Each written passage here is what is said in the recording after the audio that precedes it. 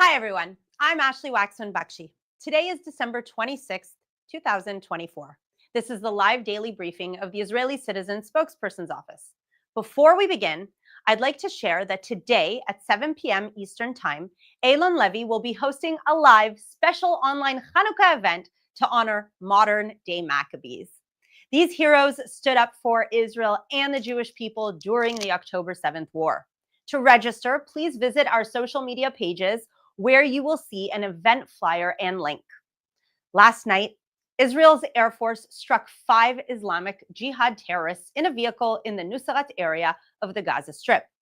Israel, as usual, struck precisely based on intelligence while taking steps to avoid harm to civilians.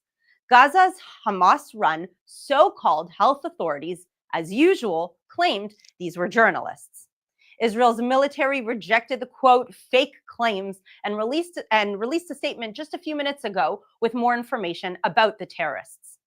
There's a long list of alleged journalists exposed as Hamas and Islamic Jihad murderers, including some who took part in the October 7th massacre. Writing press on a terrorist does not make him a journalist. It does, however, make real journalists less safe. But that doesn't stop media like Reuters from reporting this latest terror propaganda. These agencies need to be called out for incentivizing dangerous abuse of journalists' protections and enabling the murder of innocents. The Houthis will find out what Hamas, Hezbollah, and Assad have already found out. That was Israel's prime minister's warning to Iran's terror pirates in Yemen. He said, the Houthis will also learn what Hamas, Hezbollah, and Assad regimes and others have learned, and this will take This lesson will be learned across the Middle East. The Houthis attacked Israel almost every day this week. Houthi fired Iranian ballistic missiles and drones sent millions nightly running for their lives, including me and my children. Air defense isn't hermetic, and shrapnel destroyed buildings and injured over a dozen people. The Houthis have fired over 200 ballistic missiles and 170 drones at Israel since October 7th, 2023. On October 7th, Iran opened a 7-front attack to destroy Israel's people. Israel spent the last year fighting for its life and blunting Iran's genocidal threat. In Gaza, Hamas top leaders are gone. In Lebanon, Hezbollah leaders are gone. In Syria, the Assad regime is gone.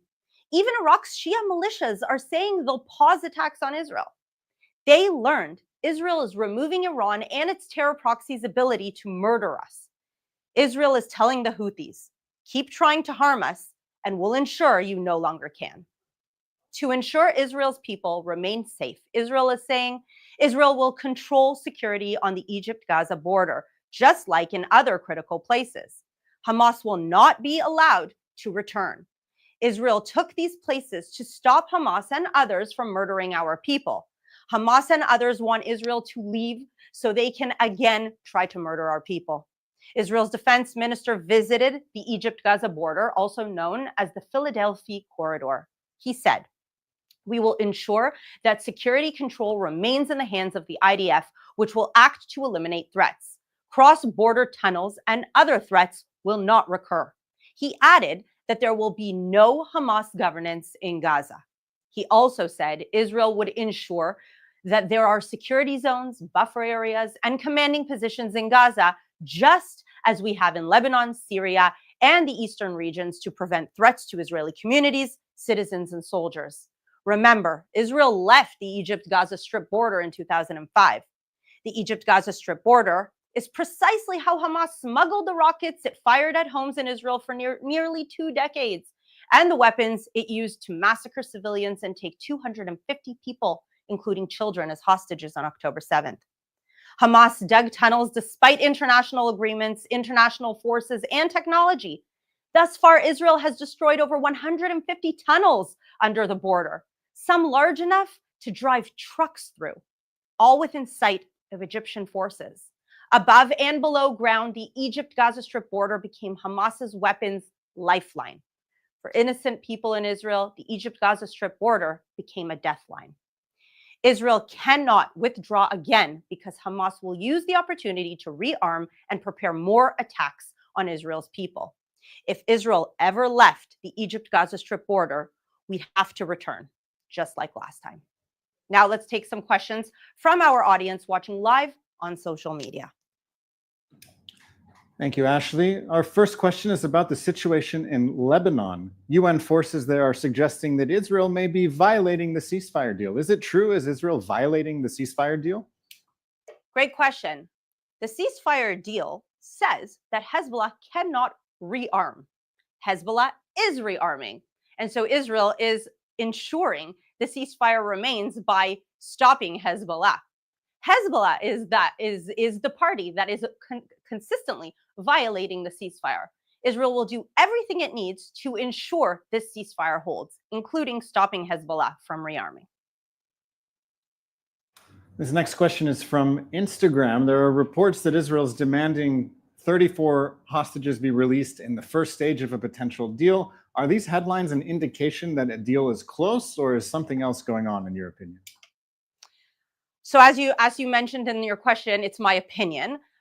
We don't have the correct facts. The Israeli government has not released official statement of how many hostages will be in a first round. Will there be a first round, second round, third round? We don't have the actual details of the negotiated agreement or trying to make a negotiated agreement right now. The information we have is from various media sources, and often this information contradicts one another. I've seen Arab media reporting one thing, whereas Israeli media will report something else, and then American media reporting something completely different. And so I think it is not responsible to speak in terms of numbers, in terms of deadlines, in terms of phases, until we actually know what's happening, because the talk around a deal many times in the media is what can make the deal not actually go through. So I suggest that we just wait and see what happens before we make any speculation. Our next question is about the situation in Gaza. The IDF just announced that a reservist soldier was killed in fighting in Gaza. What is the situation there? Is the fighting still intense, and how do you see it continuing?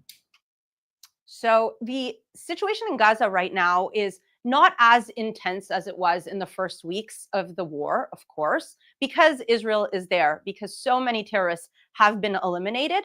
But as we see, Israeli soldiers are continuing to be injured and unfortunately killed in combat. This just proves that Hamas is still there. Even though the top leaders have been wiped out, there are still terrorists to take out. There are still attempts to kill our soldiers. And of course, as we see, our hostages are still there, are still being held by these terrorists. And so there are still terrorists that need to be taken care of. The situation is slowly making its way from intense fighting to less intense fighting, but don't be fooled. It is still war. We still have reserve soldiers who have been there. I think for many people who don't live in Israel, it's hard to understand what reserve soldier means. Reserve soldier can mean a 38-year-old man who has 4 or 5 children at home, maybe an entrepreneur with his own business or a job that he literally has not seen in over a year. And so this is affecting our economy. This is affecting our children. This is affecting our wives. We want to see our men come home from war. We don't want to prolong the war. But unfortunately, as long as our enemies remain there and continue to threaten us, we will have to continue to send our men and boys to protect us here on the home front. This is our last question today, and it comes from YouTube. How can Jews celebrate Hanukkah without feeling unsafe from all the recent anti-Semitic attacks across Europe and the world? Well, my opinion is that when the haters, and haters in general, not just when it comes to Jew hatred, but haters in general, and as somebody who's been online for many years, I know quite a bit about haters. When they notice that there is a weakness, then they pounce. They see you as prey, and they continue to make you feel weak and threatened and afraid. So my answer to that is be loud and proud. Be proud of your Jewish identity and your heritage and the story of our Maccabees, and take inspiration from them. At the end of the day, if you are being harassed around the world just because you are lighting your Hanukkah candles, you're eating your sufganiyot, you're playing with your dreidels, if you're being hated on for that, then it could not be any clearer that this is not about politics. It's not about war that is happening on this side of the ocean. It's clearly about Jew hatred. So don't show them that you're weak. Be proud. And I think that that's how we'll win, just like how we did 2,000 years ago, more or less. So that's all the time we have today. Thank you very much. I encourage you to follow us on all social media platforms. And remember, there is less than 1 week left to make your year-end gift. A generous donor is matching every donation up to $180,000, doubling your impact. Support the Israeli Citizen Spokesperson's Office and help us combat misinformation, empower allies, and ensure Israel's story is heard. Don't miss this chance. Every dollar counts twice. Click the link in our bio to make your contribution. Thank you very much. I will be here again on Sunday, so make sure to tune in at 3 p.m. Israel time, 8 a.m. East Coast time. Shabbat Shalom. Happy Hanukkah. See you next time.